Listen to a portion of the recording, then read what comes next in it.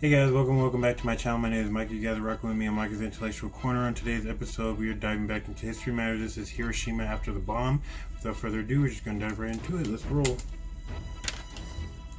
We all know how the Second World War ended, with the decision to drop the atomic bomb on Hiroshima on August the 6th, as well as on Nagasaki on August the 9th. Whilst much is known about the decision to drop the bomb on Hiroshima, not a great deal is said about the conditions in the city in the immediate aftermath of the bombing. The bomb was dropped at 8:15 in the morning. About 70,000 people were killed near instantly, with about 10,000 more dying after fire swept through the city. So in the wake of the atomic bombing, the central Japanese government didn't know what had happened. The US Air Force had been conducting bombing runs over Japan continuously for months by this.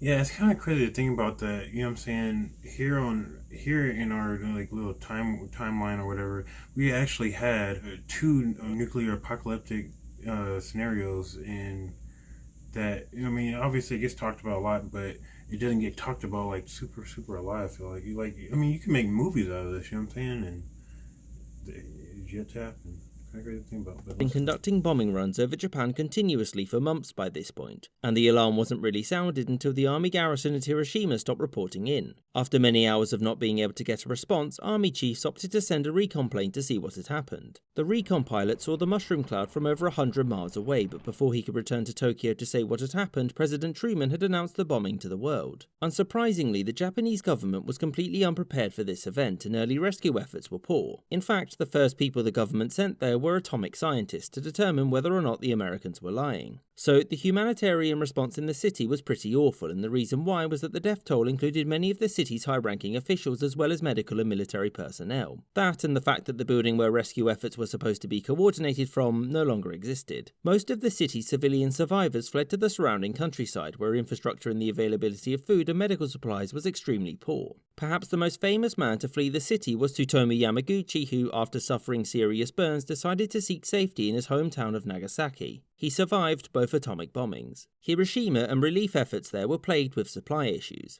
There was little drinking water, food was sometimes scarce, and it took many weeks for medical professionals to arrive en masse. In fact, in the 2 hours after the blast, the Red Cross Hospital, the largest one to survive the blast, had over 10,000 people. And it's kind of crazy too, because a lot of this I think we already heard on the Kurtz video that we did a while back, where they pretty much talked about, like, you know, if one of these hits, there's nothing that anybody can do, because, you know, structures are taking out people who are there to help you or are dead now, and all the surrounding hospitals are now like flooded with like thousands of people when they're not meant to be. So sounds just like it.